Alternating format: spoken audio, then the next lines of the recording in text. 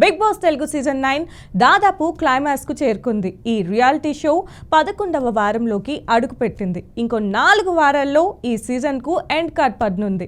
ఇదిలా ఉంటే 11వ వారం ఎలిమినేషన్ పై సర్వత్రా ఆసక్తి కొనసాగుతుంది.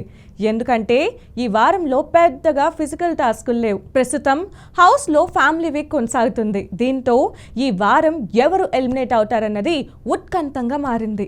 11వ వారం నామినేషన్స్ లిస్ట్ లో మొత్తం 6 కంటెస్టెంట్స్ ఉన్నారు. Kalyan Padala, Bharani Shankar, Emmanuel, demon Pavan, Sanjana Galrani, Divya Nikhita danger zone లో నిలిచారు. వీరికి ఓటింగ్ ప్రక్రియ సోమవారం నుంచే ప్రారంభమైంది.